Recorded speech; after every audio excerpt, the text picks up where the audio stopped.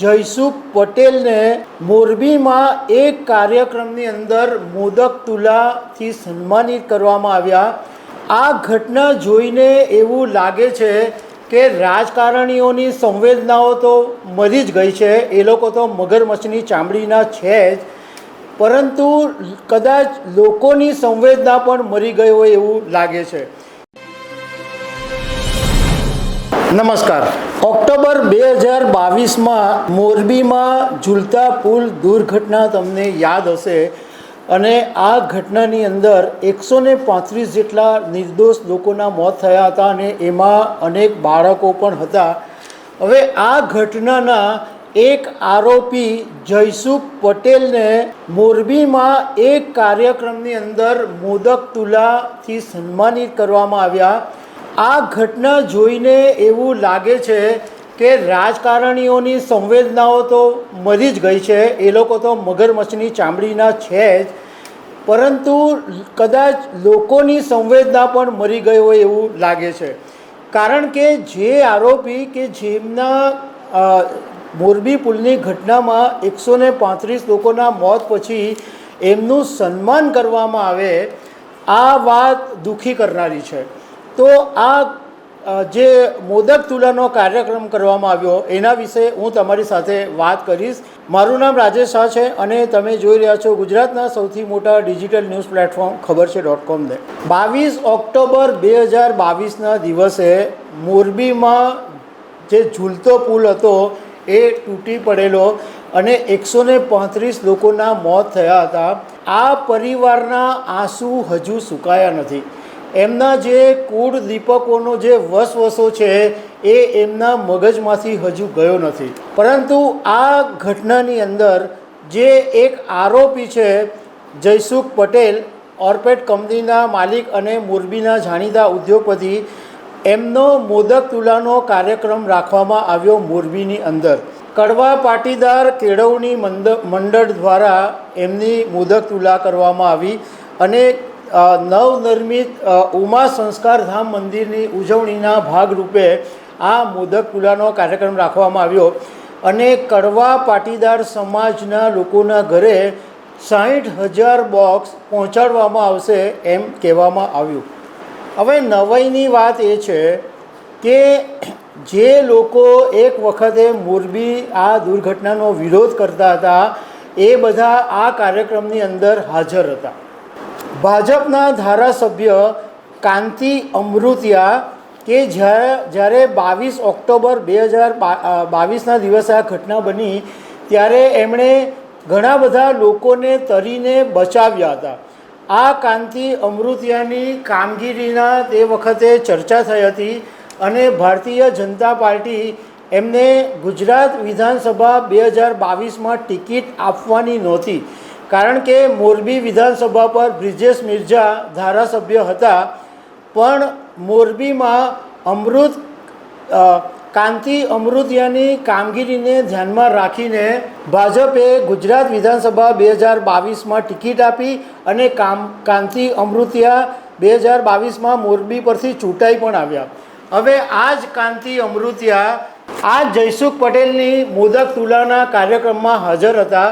હવે મીડિયાએ જ્યારે એમને સવાલ પૂછ્યો કે કાંતિભાઈ, આ 135 લોકોના પરિવારોના આંસુ સુકાયા નથી અને આ જયસુખ પટેલની મોદક તુલાનો કાર્યક્રમ કેટલો યોગ્ય છે, તો એમણે રાજકારણીની સ્ટાઇલમાં વાત કરી કે ભાઈ, જ્યારે ઘટના બની ત્યારે હું 3 દિવસ ત્યાં રહ્યો હતો, સરકારે સરકારનું કામ કર્યું, કોર્ટે કોર્ટનું કામ કર્યું અને કોર્ટે એમને મંજૂરી આપી। એક વાત તમને સાથે એ પણ જણાવી દઈએ કે જયસુખ પટેલ અત્યારે જામીન ઉપર છે અને કોર્ટે એમને મોરબી પર પ્રવેશ કરવા પર પ્રતિબંધ મૂકેલો હતો, પરંતુ જ્યારે આ કાર્યક્રમ હતો ત્યારે એમને કોર્ટે શરતી મંજૂરી આપી, જેને કારણે એમનો મોરબીમાં પ્રવેશ થઈ શક્યો।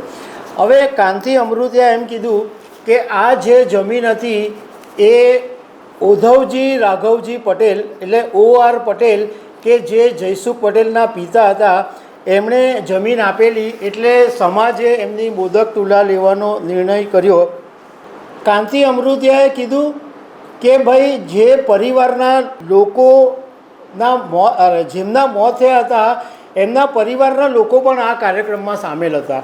એમણે એમ કીધું કે ભાઈ જેમના ઘરનો દીપક બુઝાયો એમની સાથે અમને સંવેદના છે, પરંતુ સરકારનું કામ કર્યું. સરકારે 21 લાખ આપ્યા અને જે બાળકો મોતને ભેટ્યા હતા એમને 46 લાખ રૂપિયા આપ્યા, એટલે સરકારનું કામ પૂરું થઈ ગયું.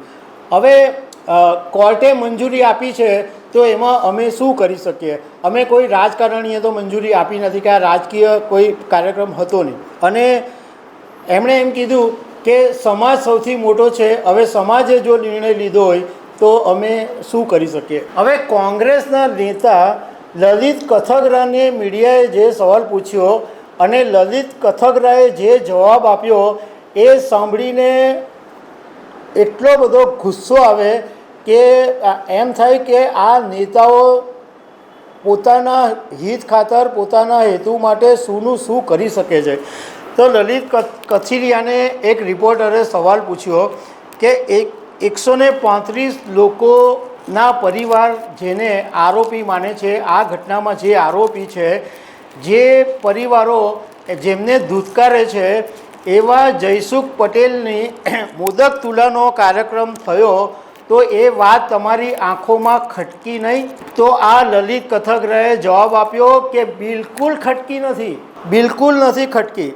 એમણે તો ત્યાં સુધી એમ કીધું કે મોદક તુલાની પણ રજત તુલા કે સોનાની તુલા કે કોઈ બીજી કોઈ પણ તુલા થઈ હતે તો પણ અમને ગૌરવ થતે, કારણ કે આ જયસુખ પટેલ અમારા દાનેશ્વર છે, અમારા સમાજના રત્ન છે, ઉદ્યોગપતિ છે અને કડવા પાટીદાર સમાજ એમને માનથી જુએ છે. પાછું આ લલિત કથગરાએ એમ કીધું કે તમે મહેરબાની કરીને આમને હોળીનું નારિયેળ બનાવતા નહીં. જયસુખ પટેલ નિર્દોષ છે, નિર્દોષ છે, નિર્દોષ છે એવું 3 વખત આ લલિત કથગરા બોલ્યા. એમણે એમ કીધું કે જો જયસુખ પટેલ ગુનેગાર હોય તો સૌથી પહેલાં ગુનેગાર કલેક્ટર અને નગરપાલિકાના અધિકારીઓ છે. આ જયસુખ પટેલ તો અમારા સમાજના ભીષ્મ પિતામાં OR પટેલના પુત્ર છે અને એમના માટે અમને ગર્વ છે. આવી વાત લલિત કથગરાએ કરી. આ બધું જોઈને આપણને બહુ દુઃખ થાય અને વ્યથા થાય છે.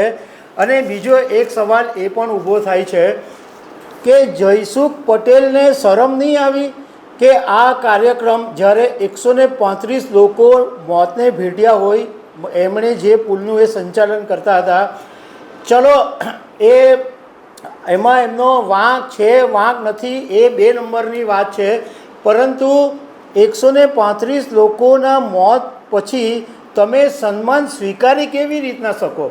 જયસુખ પટેલને એટલી બી શરમ નહીં લાગી કે એમણે પોતે ના પાડી દેવી જોઈતી હતી, એને બદલે સ્ટેજ ઉપર સન્માન સ્વીકાર્યું અને મોટી સંખ્યામાં લોકો એમને આવીને હાર તોરા પહેરાવ્યા, એમને પગે લાગ્યા. એટલે એમ થાય કે આ ગુજરાતના લોકો, ગુજરાતનો સમાજ ક્યાં પહોંચશે અને આવનારી પેઢીને આપણે શું મેસેજ આપશું કે એક આરોપીનું આવી રીતના તો કંઈ સન્માન થાય? તો દર્શક મિત્રો, આવી અનેક વાતો સાથે અમે તમને મળતા રહીશું. Thank you very much.